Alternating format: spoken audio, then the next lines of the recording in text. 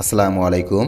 আপনারা যারা আমার ভিডিও নিয়মিত দেখে থাকেন তারা জানেন যে আমি দেশি মুরগির ডিম নিজের তৈরি ইনকিউবেটরে ফুটাতে দিয়েছিলাম।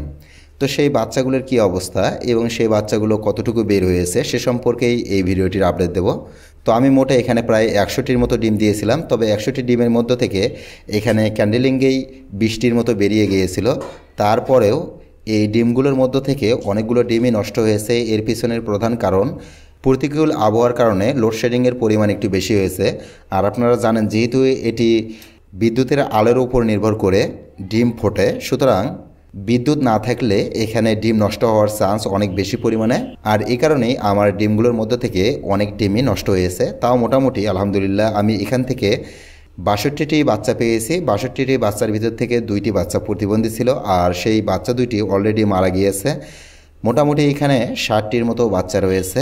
তার মানে 100টি ডিম থেকে 20টি যদি বেরিয়ে যায় তাহলে থাকতেছে 80টি। তাহলে 80টি ডিমের মধ্য থেকে 60টি বাচ্চা পাওয়াটাও কিন্তু প্রতিকূল পরিবেশে খুব একটা খারাপ না, যেহেতু নিজের তৈরি ইনকিউবেটর, পাশাপাশি বিদ্যুতের নিরবিচ্ছিন্ন সংযোগ ছিল না, অর্থাৎ বিদ্যুৎ কিছু সময় ছিল কিছু সময় বন্ধ ছিল, এরকম মাঝে মাঝে ঘটছে, যার কারণে অনেকগুলো ডিমের ক্ষেত্রেই ভিতরে ভ্রূণ আসার পরেও বাচ্চা আসার পরেও সে বাচ্চাগুলো মারা গিয়েছিল। এই কারণে এখানে 20টি ডিম নষ্ট হয়ে গিয়েছে।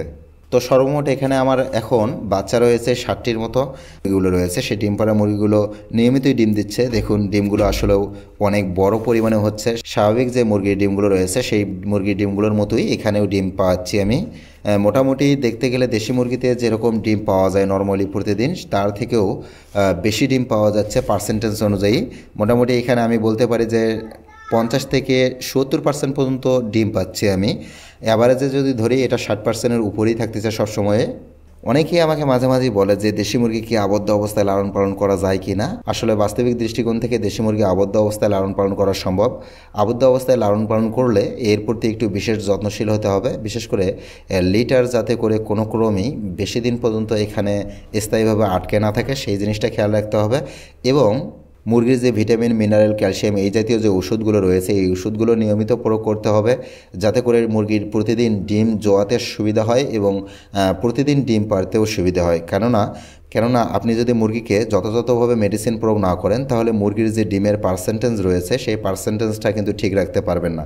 আর দেশি মুরগির যদি ডিম সঠিকভাবে না পাওয়া যায়, দেশি মুরগি কিন্তু খাদ্য খুব খায়, মোটামুটি বলা যায় অন্য মুরগির থেকে কম খাইলেও একেবারেই যে খায় না এমনটা নয়, মোটামুটি 100 গ্রামের কাছাকাছি খাবার খায়। কিন্তু যদি এখান থেকে ভালো পরিমাণে ডিম না পাওয়া যায় তাহলে এখান থেকে খুব একটা বেনিফিট করা সম্ভব নয়। যদি আপনি প্রপারভাবে লালন পালন করতে পারেন এবং যথাযথভাবে পরিচর্যা করতে পারেন, মেইনটেনেন্স ঠিক থাকে, তাহলে আপনি দেশি মুরগি থেকে লাভ করতে পারবেন। তবে ডিম বিক্রি করার থেকে দেশি মুরগি মাংসের জন্য উৎপাদন করাটা বেশি সুবিধাজনক এবং অল্প সময়ে মাংসের জন্য উৎপাদন করা যায়, পাশাপাশি এটা বাজারে ভালো দামেও সেল হয়। সুতরাং দেশি মুরগির প্রজেক্ট করতে গেলে অবশ্যই চিন্তা করবেন যে শুধুমাত্র ডিমের জন্য দেশি মুরগি লালন পালন না করে মাংসের উদ্দেশ্যে দেশি মুরগি লালন পালন করার চেষ্টা করবেন। এতে করে লাভবান হবেন বেশি এবং বাণিজ্যিক আকারেও এই দেশি মুরগির খামার তৈরি করতে পারবেন। দেশি মুরগি সম্পর্কিত যে কোনো ধরনের প্রশ্ন থাকলে আপনারা কমেন্টে জানাতে পারেন। আমরা চেষ্টা করব আপনাদের কমেন্টের আলোকে পরবর্তী ভিডিওতে আপডেট তথ্য দেওয়ার জন্য। আজকের মতো এখানেই বিদায় নিচ্ছি, দেখা হচ্ছে আবারও নতুন কোনো ভিডিওতে। আসসালামু আলাইকুম।